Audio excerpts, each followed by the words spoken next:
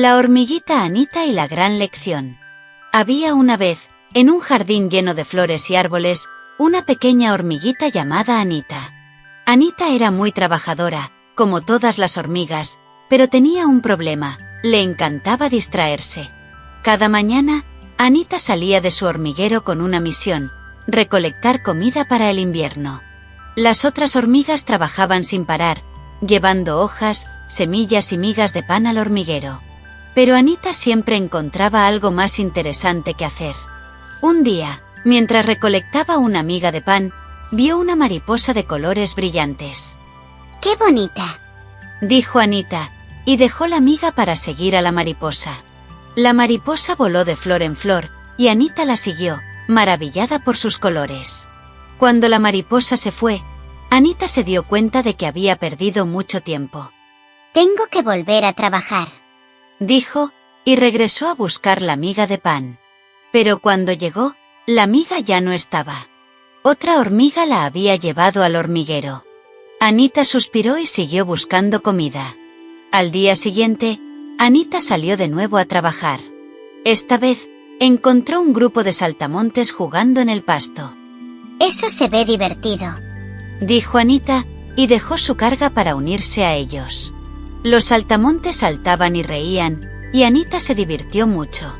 Pero cuando terminó el juego, se dio cuenta de que había perdido otra vez el tiempo. «Tengo que ser más responsable», dijo, y regresó a buscar comida. Pero otra vez, cuando llegó, ya no había nada que recolectar. Las otras hormigas habían trabajado duro y llevado toda la comida al hormiguero. Anita comenzó a sentirse triste. «Nunca logro terminar mi trabajo», dijo, llorando. Esa noche, la reina de las hormigas llamó a Anita. «Anita, sé que te gusta divertirte, pero también es importante trabajar. Si no recolectamos suficiente comida, no tendremos que comer en el invierno». Anita movió la cabeza y prometió cambiar. «A partir de ahora, seré más responsable», dijo. Al día siguiente, Anita salió a trabajar con determinación.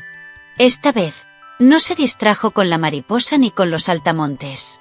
Recolectó hojas, semillas y migas de pan, y las llevó al hormiguero sin parar. Las otras hormigas la felicitaron. «Buen trabajo, Anita», dijeron. Anita se sintió muy orgullosa. Aunque aún le gustaba divertirse, ahora sabía que también era importante cumplir con sus responsabilidades.